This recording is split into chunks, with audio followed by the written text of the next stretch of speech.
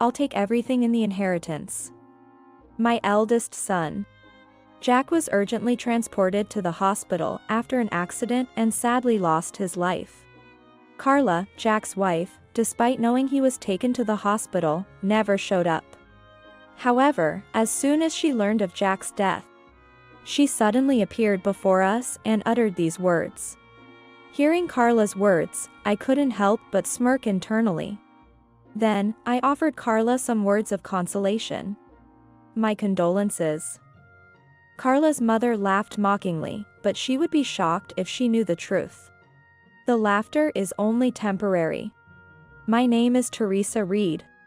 I am 65 years old this year, retired, and living on a pension. My husband, Dan, founded a successful company. I supported Dan from behind the scenes, but lately, he has been ill and not very energetic. I might not have much longer to live. Dan spoke ominously. I can't imagine life without Dan, but I fear the day we must say goodbye may eventually come. Dan has a very kind nature and always listens to me with a smile. Being with the gentle Dan, I think I've become calm. That's how important Dan is to me. After marrying Dan, we were blessed with a son. We considered having more children, but after the birth of our son, Jack, we were not blessed with more. We poured all our love into Jack. Perhaps we spoiled him a bit in his upbringing, but Jack grew up healthy and strong. After graduating from college and getting a job, Jack got married. He moved out of our home, but at Dan's suggestion, he built a house close to ours. We thought it would be good to live nearby to support each other in times of need. However, there was one source of concern. That was the presence of Jack's wife, Carla.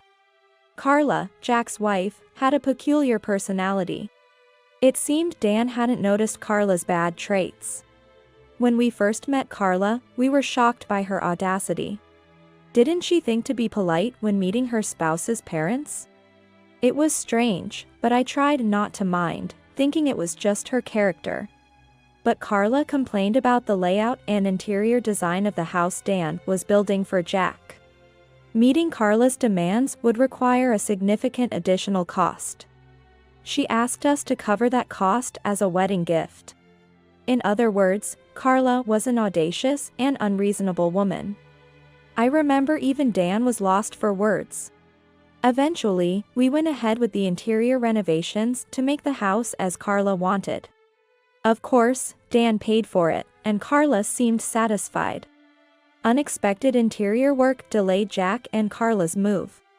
We thought they could stay at our home until the work was finished.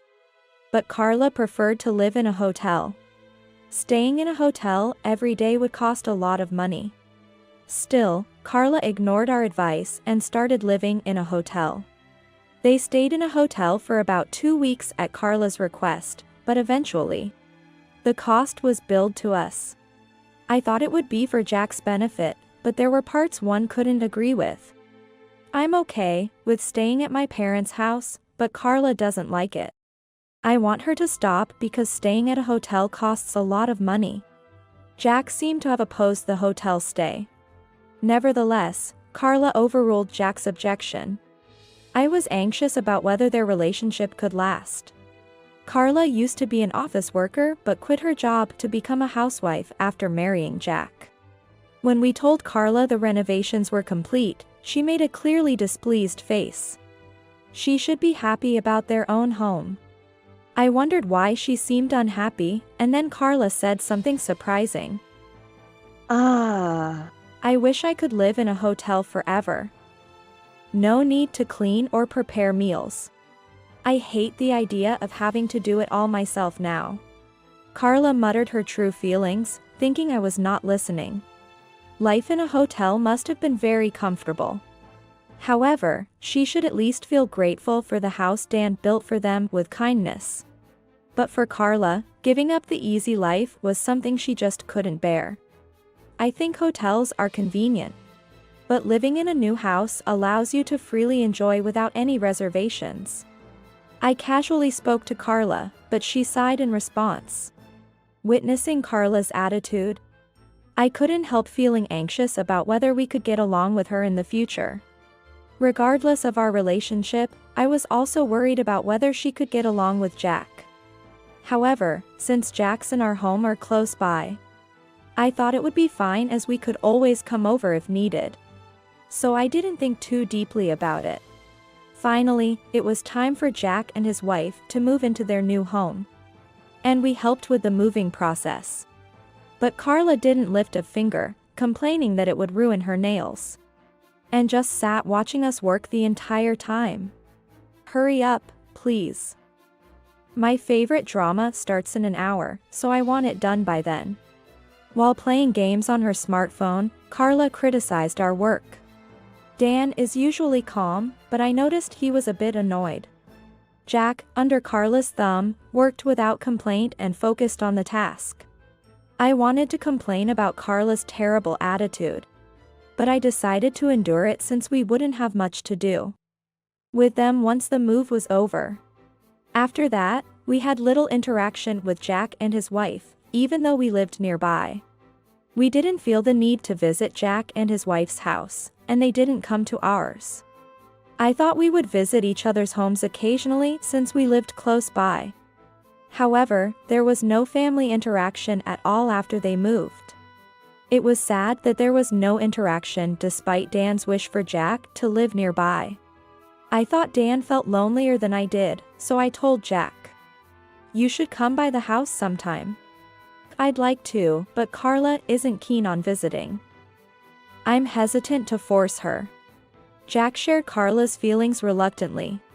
It's unfortunate if she's unwilling, but I hoped they would at least show up for Christmas holidays. As the end of the year approached, I was preparing for the Christmas feast. I called Jack, thinking of preparing food for them if they were coming over. But he didn't answer, possibly being at work. Reluctantly, I called Carla, but her response was appalling. "Yes? What do you want? It's been a while. How are you?" With Christmas coming up, I thought it might be nice to have a meal together at our place. If you're free, how about it? I'll prepare food for you too. Despite being irritated by Carla's first words, I tried to speak calmly. However, Carla's responses were nothing but rude. "Why should we spend Christmas with old people? Don't say such unlucky things. We're busy with plans to go to the party. There's no way we'd go to your house." Carla laughed at us, treating us like old people. I regretted contacting her after being spoken to so horribly. Sorry for not being considerate.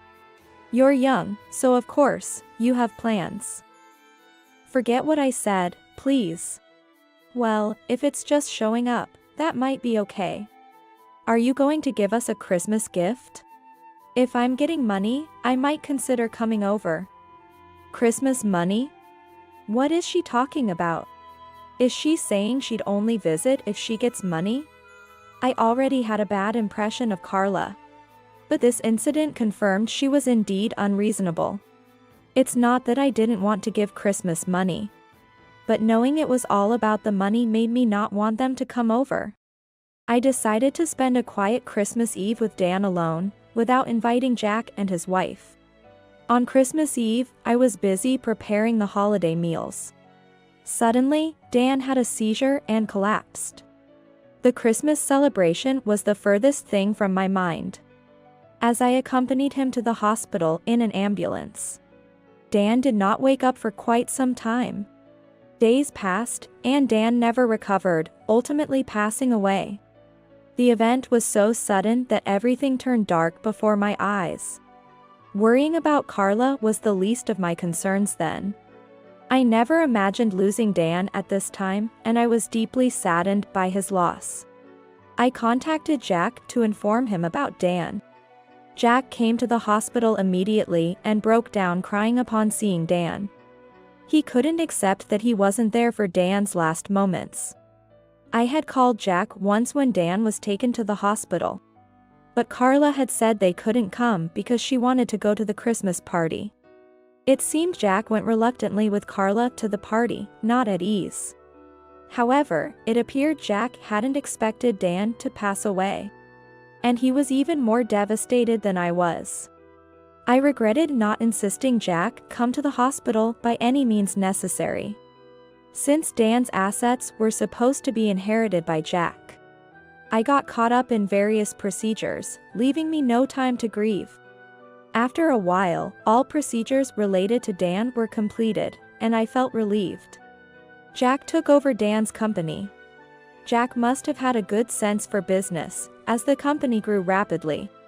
And within 3 years, its assets reached $10 million. However, Jack died in a head-on collision with an oncoming car while returning from work. The cause was the other driver's drowsiness. I couldn't accept the reality. I cried more than I thought possible, realizing how much humans can weep. I was saddened by Dan's departure, but I had anticipated that it might happen someday. However, I never expected Jack to pass away before me. When I learned Jack was taken to the hospital, I rushed there immediately. But Carla was nowhere to be seen. Even when I called Carla, I only got her voicemail, and I couldn't reach her until Jack was gone. I was surprised that Carla didn't come to the hospital, even though I thought she cared about Jack despite how she treated me and Dan. Jack's situation must have been conveyed to Carla. A few days later, while preparing for Jack's funeral, Carla and her mother suddenly visited. "Where have you been? As his wife, you should have been by Jack's side." I was at a loss for words, not knowing what to say. However, Carla had a mischievous smile on her face. "I'll take everything in the inheritance." That was the first thing Carla said upon seeing me. Didn't she feel sad that Jack was gone? Instead of mourning, she was talking about the inheritance even before the funeral was over. But that was expected. "My condolences." Carla's mother said it with a grin. "The laughter is only temporary." "Huh? What are you talking about? Maybe you've gone crazy since your son died." I ignored Carla's words and decided to proceed with the funeral preparations. Whatever Carla said didn't matter to me anymore. Carla was no longer family to me.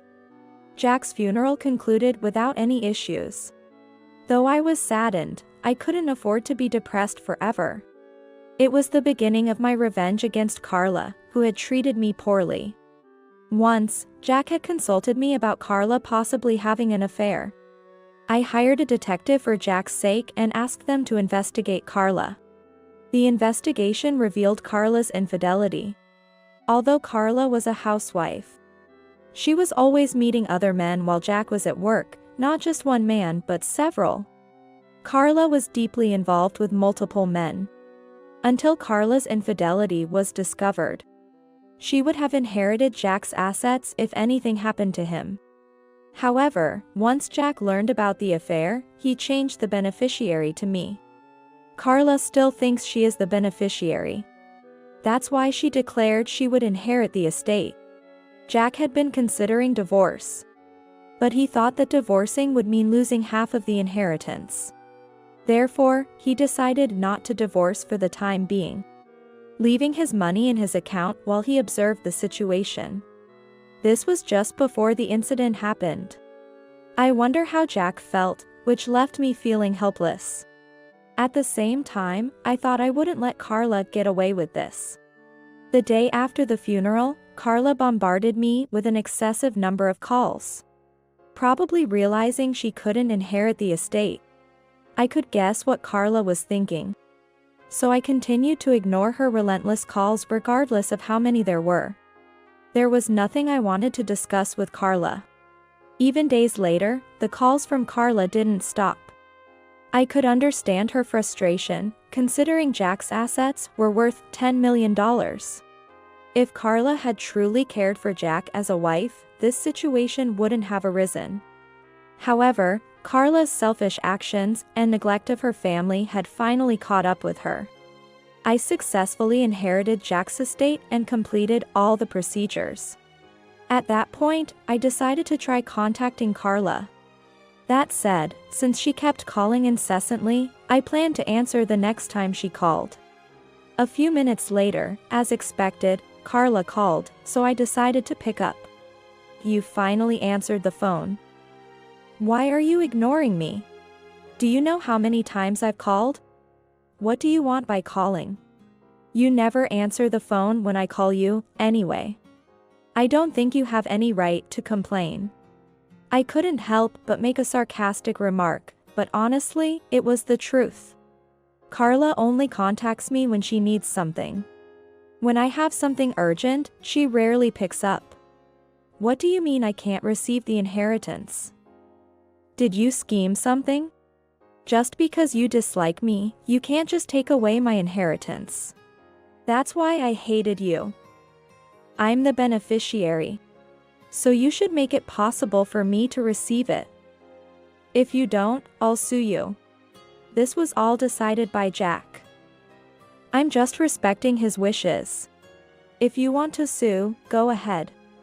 I haven't schemed anything, so even if she sues, there won't be any problem. I thought she could do whatever she likes. Jack, just in case, had entrusted me with all his bank books and related documents to prevent Carla from doing as she pleased.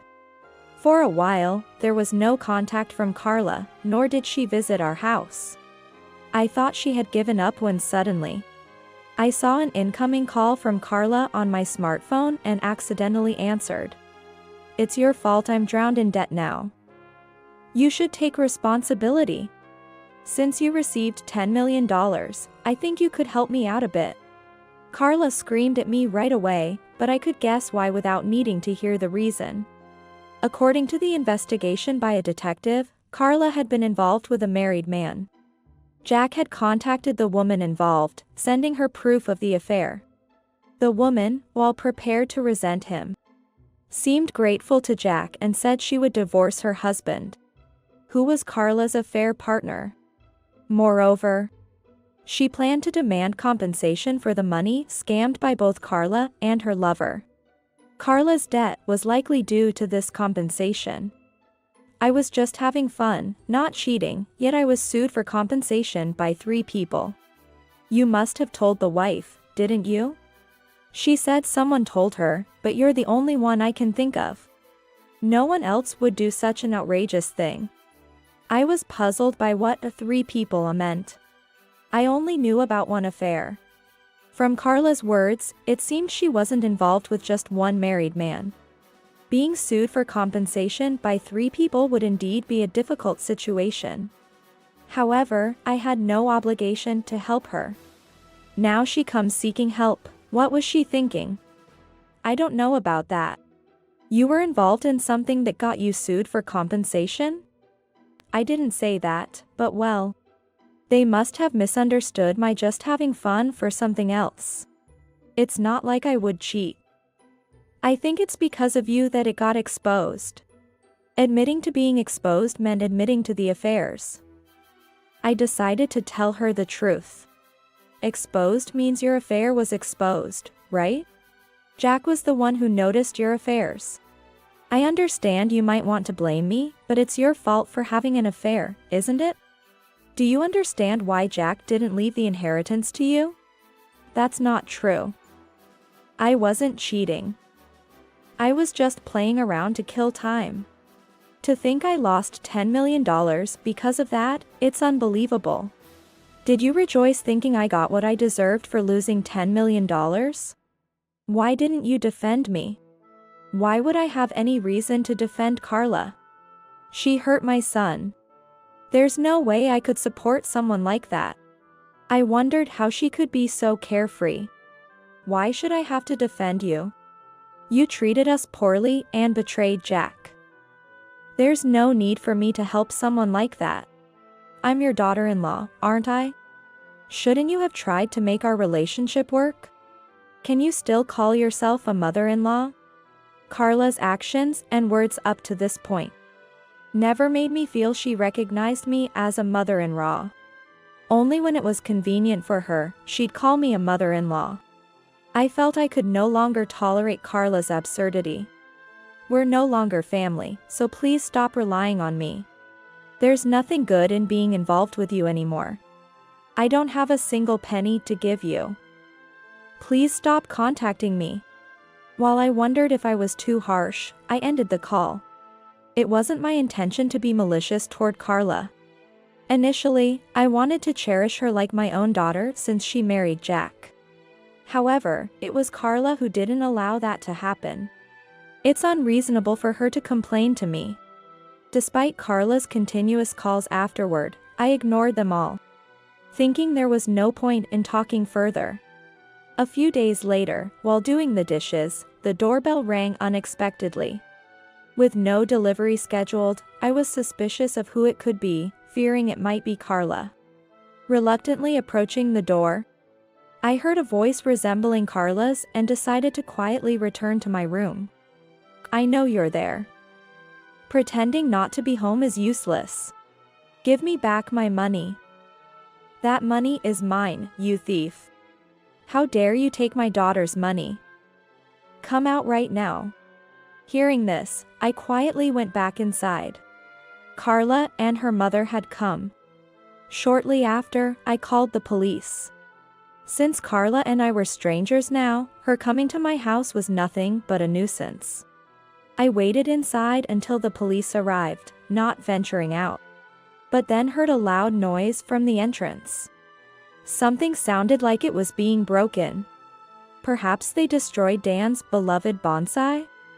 Hoping for the police's quick arrival, I waited anxiously. About 10 minutes later, the police seemed to have arrived. And after a brief conversation through the intercom, they asked me to come outside. When I did, Carla was being restrained by the police. I invited the officers in and shared everything about my encounters with Carla, feeling empty as I spoke. If only I had persuaded Jack to notice Carla's true nature sooner. He might not have suffered from her infidelity and died in misery. Though I understand it's too late for regrets, my emotions lagged behind this realization. The officer kindly said, "Take your time," as I struggled to find the words. After catching my breath, I finished telling the story. The officer, having listened to everything, advised me to call immediately if anything else happened and prepared to leave. As I escorted him to the door, I noticed Dan's bonsai and other items were indeed damaged. After informing the police about the vandalism, they said they'd investigate. Fortunately, I had installed security cameras at the entrance, which I provided to the police. I never thought the cameras would prove useful in such a scenario, marking the first time I truly appreciated having them. While I didn't mind being targeted, the idea of them destroying Dan's cherished bonsai was unthinkable. To me, it was more than just a plant, it was a precious memory. My anger towards Carla only intensified. During my conversation with the police, Carla and her mother were apparently taken away. They ruined my life because of that woman. She needs to take responsibility. It's the lowest to destroy my daughter's life. They screamed. The newly arrived police officers, sensing the situation was serious despite not knowing the details, decided to take Carla and her mother into custody. They were particularly concerned about the damaged bonsai at the entrance, deeming it unsafe to leave them outside my house, and informed me of their decision. Following that, Carla and her mother were interrogated by the police. Despite her denial, security camera footage proved decisive, leading to Carla being charged with property damage, and thus, she wouldn't be able to go outside for a while. Carla's mother, merely present at the scene, wasn't charged. Carla had not only failed to cherish her family but also disrupted other families, and even destroyed property in my garden. I felt relieved when I heard she would be held accountable for her actions, thinking such a person shouldn't be let off easily. The police explained that Carla became swamped in debt due to demands for compensation from 3 married men she had affairs with, leading to her mental instability. However, I couldn't help but question If someone truly mentally unstable could articulate their situation so clearly. As I silently listened to the officer, it was clear Carla's assertions fell flat, and she was ultimately charged. It seemed unlikely that I would encounter Carla for some time, and I preferred it that way, wishing to have no future dealings with her. Furthermore, Carla's mother had apparently been counting on Jack's inheritance, going so far as to finalize the purchase of a new car and a house. Discovering the inheritance was out of reach, she now faced the burden of repaying loans with her earnings. Being divorced and without anyone to turn to, she's working desperately to settle her debts. Over the past few years, I've lost many dear to me. Despite the sadness, dwelling on sorrow wasn't an option. Moving forward was the only path. Initially, Dan's company was to be Jack's legacy, but his untimely accident left no successors. That's when I thought of the executive Dan had trusted. An employee who joined when Dan first started the company, slightly older than Jack. If Jack doesn't take over, I'd trust him to handle it, Dan had even mentioned. Honoring Dan's wishes, I decided to pass on the company to the executive. Surprised, yet understanding the company couldn't continue without someone at the helm, he agreed to take over, expressing a desire to work hard for Dan's sake. This assurance allowed me to transfer ownership with peace of mind. Now, living off Jack's inheritance, I'm not in want of money. Not that I'm indulging in luxury, I intend to use Jack's money wisely. Admittedly, the thought of spending such a significant amount is daunting, requiring careful consideration for the future. For now, my plan is to take things slowly.